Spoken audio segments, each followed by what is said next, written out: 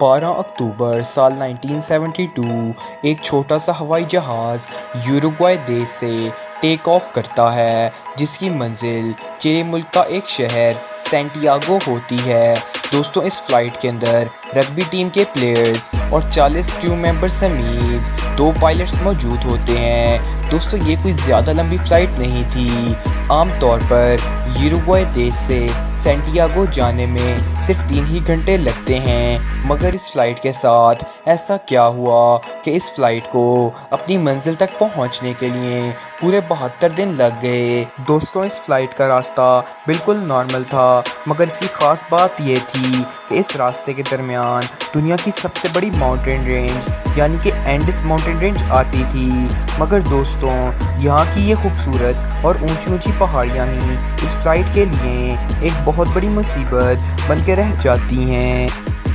दोस्तों, info.com की videos में एक मर्तबा फिर खुशामदीद। दोस्तों, इस फ़्लाइट ने जब टेक ऑफ किया तो सब कुछ नॉर्मल था। दोस्तों, यूरुग्वाई और सैंटियागो के बीच में अर्जेंटीना और एंडस माउंटेन रेंज आती थी।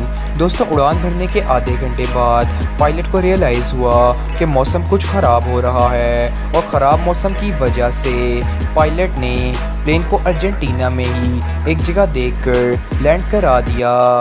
और उनका ये प्लान था कि अगले दिन मौसम ठीक होने के बाद हम अपना सफ़र दोबारा से शुरू करेंगे, मगर उनको ये नहीं पता था कि ये सफ़र उनकी ज़िंदगी का सबसे मुश्किल सफ़र बनने वाला है। दोस्तों, अगले दिन जब उन्होंने टेक ऑफ किया तो एंडस माउंटेन रेंज की कुछ ऊंची पहाड़ियों को क्रॉस करने के लिए पायलट का प्लान था कि वो अर्जेंटीना में ही कुछ मिनट की लॉन्ग फ्लाइट लेकर पहले तो जहाज़ को एल्टीट्यूड इंक्रीज़ करवाएंगे और उसके बाद एंडस माउंटेन रेंज को क्रॉस कर लेंगे।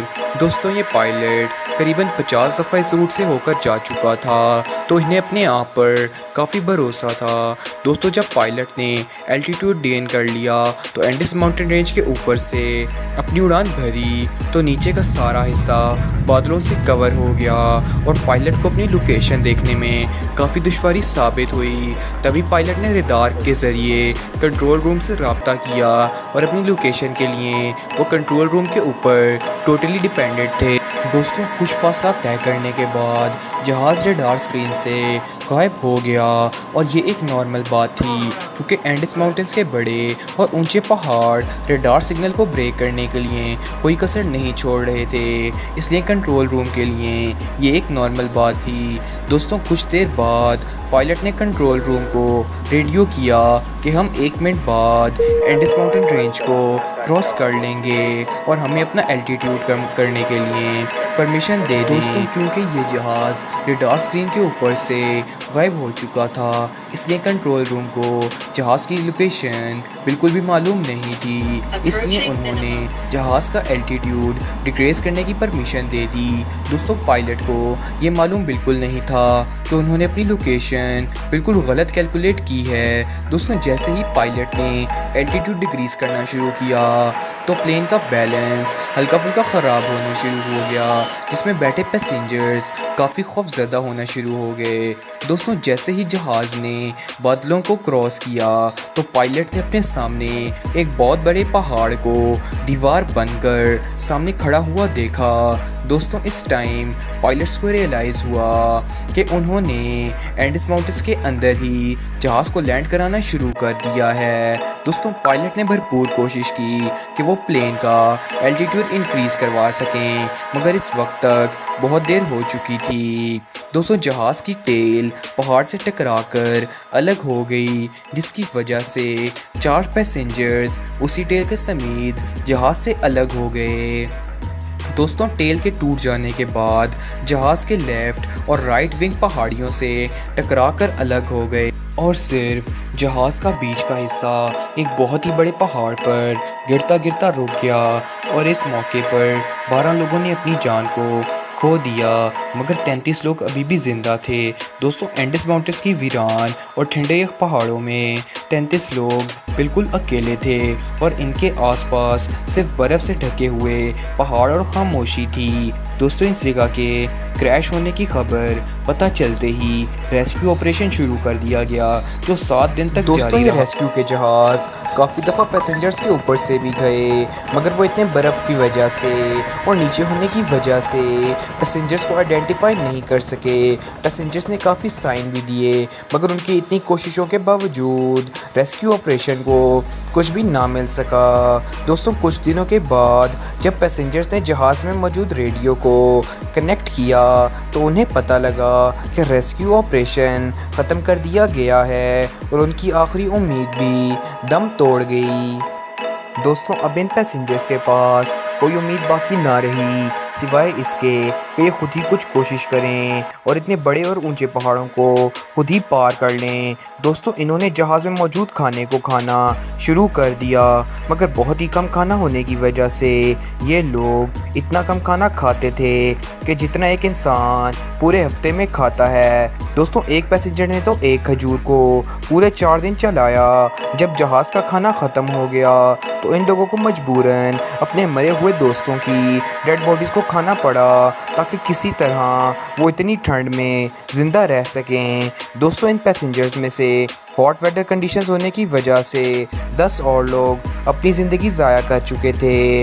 इसके बाद पैसेंजर्स ने ये प्लान बनाया कि उनमें से 2 लोग मदद की तलाश में अपना सफ़र शुरू करेंगे, जबकि बाकी लोग उसी जगह पर उनका इंतज़ार करेंगे। दोस्तों इन 2 लोगों ने अपने साथ खाने पीने का सामान रखा और अपने सफ़र के लिए चल पड़े। दोस्तों इन्होंने सोचा था कि हम अगर अपने सामने वाली पहाड़ी को सर कर लेते हैं तो हमें यकीनन कोई ना कोई गांव या मदद मिल जाएगी। दोस्तों 3 दिन की मुशक्क़त के बाद जब इन लोगों ने उसी पहाड़ी को सर किया तो क्या देखते हैं कि इन लोगों ने गलत पहाड़ी को सर कर लिया है और दूर दूर तक सिर्फ सफ़ेद पहाड़ियाँ ही मौजूद हैं। दोस्तों इन लोगों ने 20 दिन का और सफ़र तय किया और बहुत ही मुश्किल से इन्हें एक पानी की नहर नज़र आई। इन लोगों ने जाते हुए उस नहर से पानी पिया और क्या देखते हैं कि 2 घुड़सवार वहाँ मौजूद हैं। इन लोगों ने उन सवारों को आवाज़ देने की बहुत कोशिश की, मगर नहर के पानी की इतनी ज़्यादा आवाज़ और शोर था कि उन घुड़सवारों तक इनकी आवाज़ बिल्कुल भी नहीं पहुँच सकी।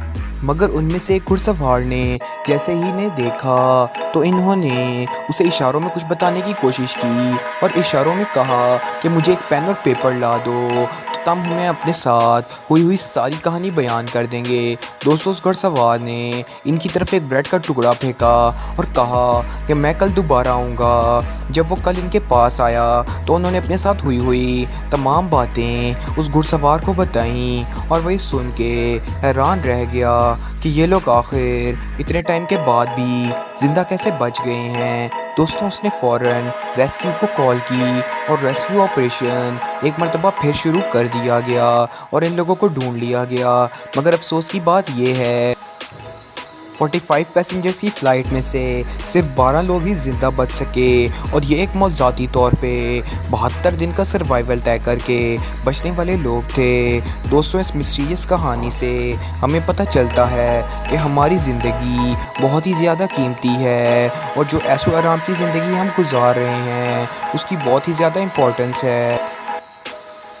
दोस्तों देखा जाए तो इन लोगों ने बिल्कुल भी हार नहीं मानी और आखिरी दम तक अपने सर्वाइवल के लिए बहुत ज़्यादा कोशिशें की और आखिरकार अल्लाह की मदद से ये लोग बच गए। दोस्तों अपनी इस छोटी सी ज़िंदगी को भरपूर एंजॉय करें और अगर वीडियो अच्छी हो तो लाइक करके चैनल को सब्सक्राइब करना बिल्कुल भी मत भूलिएगा।